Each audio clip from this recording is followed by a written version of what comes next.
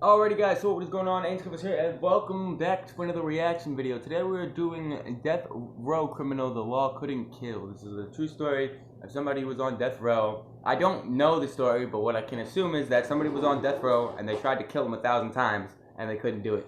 He just kept surviving. I've heard of stories about it before, so I want to hear about this one. And how it will be all over quite soon. You're going to be executed by way of hanging, and no doubt you're wondering how that will go. You hope it'll be quick.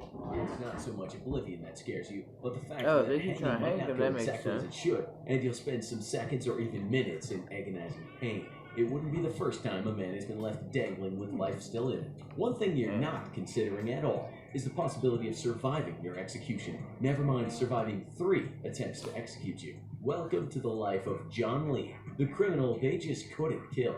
Before we get to the momentous moment in history that tainted the image of the British authorities, and before we investigate the theories as to why the job at hand failed, you need to know a bit about hanging in the first place. That way you might better understand how John Lee escaped with his life intact. Prior to the British getting a bit more humane about this method of execution, it was quite brutal, albeit likely a better way to go than past forms of execution such as being burned or boiled or torn apart at the limbs. Hanging in the old days might have involved climbing onto something and then having your neck put inside a noose. Then the object is taken from under the person and they die from strangulation. In the 19th century, scientists aired their views and said dislocating the neck was a more humane way to kill someone than strangulation on a rope. In 1866, the idea was proposed to drop the person from a certain height to ensure this quick snap and ensuing death. This method was called a standard drop. At the time, a scientist named Samuel Houghton said the height of the drop to secure a fast death should be between 4 and 6 feet.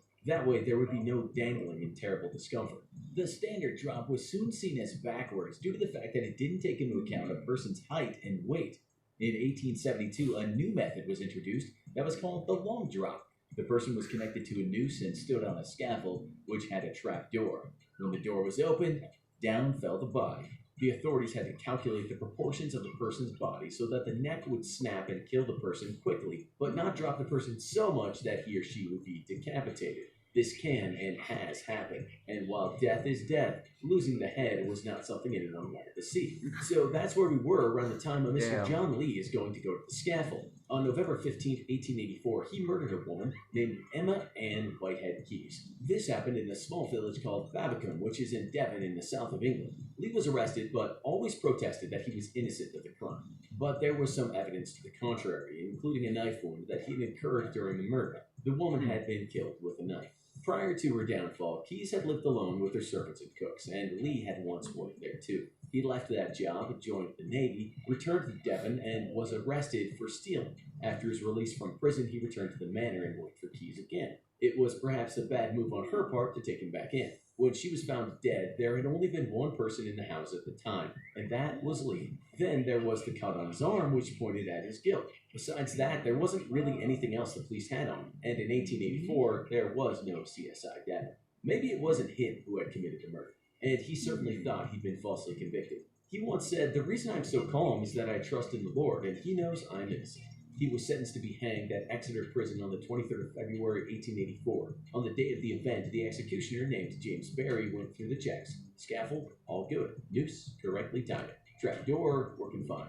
What could possibly go wrong? All we know is that Lee was taken to the scaffold and his head was fastened to the noose. A white hood was put over his head, and when the signal was given, the trapdoor didn't open. They tried again, and then again. And you can only imagine what was going through Lee's mind after each time he gritted his teeth and prepared for the great unknown. This was a total embarrassment for anyone involved, and the medical officer said enough is enough. He said he can't hang around any longer after those failures. Lee was unfastened from the noose the last time and was taken back to prison. But what actually went wrong since the entire apparatus had been tested? Well, the executioner wrote about the experience as well as some other 130 plus executions in a book called My Experiences as an Executioner. He admitted in that book that the science didn't always work, and some men died too slowly or lost their heads. But Lee's case was extraordinary. These are 2 excerpts from that book. 1. On the Saturday, I examined this drop and reported it was much too frail for its purpose, but I worked the lever and found that the doors dropped all right. 2. The noise of the bolt sliding could be plainly heard, but the doors did not fall. I stamped on the drop to shake it loose, and so did some of the warders, but none of our efforts could stir it. Lee stood like a statue, making no sound or sign. Between each attempt, they actually took Lee away. He had the hood removed from his head and was taken to a room. The authorities then tried the trapdoor mechanism again, and it worked fine. Lee was brought back out, fastened in the noose, hood put over his head, and they tried it again. It didn't work, 3 times in all. By golly, thought the authorities, the entire experience was frighteningly perturbing and just a little bit disturbing. Executioner Barry wrote that some people believed there was a possibility of the trapdoor being swollen by the rain, but he added that they even cut the door with an axe and a plane, and it still didn't work when it needed to. In the end, he concluded that it was the iron catches that had somehow stuck when Lee's weight was on the trapdoor. It was one of the low points of his career. The British Home Secretary, Sir William Harcourt, commuted Lee's sentence, saying it would shock the feeling of anyone if a man had twice to pay the pangs of imminent death. Lee ended up serving 22 years behind bars. The thing is, investigations years later show that Lee might not have been the only person in the house that night, and he might have been wrongly.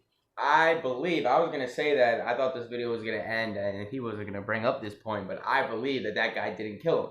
And he said he was so calm because of God and shit like that. So he was brought up on the stage and they pulled the lever and he didn't drop. And then when he left, they pulled the lever again and they dropped. And then when he came back on, it didn't drop.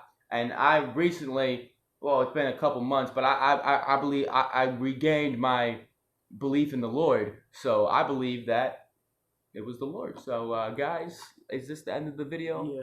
Convicted. Maybe there really was some divine intervention on his part. Yeah. What's also a mystery is what happened to Lee after he was released. No one really knows, since he just kind of disappeared. Some rumors suggest he kept his head down and he moved to London, while others say he moved abroad. More recent research suggests that he went over the pond and that his grave is in Milwaukee, Wisconsin. That research asserts that he had abandoned his wife and 2 kids in England and started a new life in the States. It's possible he was buried there in 1945. Now let's have a look at 2 of some of the very worst punishment. Did this shit.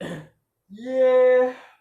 Alrighty, guys. So, look, if you enjoyed, subscribe. We'll see you guys in the next video. Drop us notifications, squad. Leave some suggestions in the comments.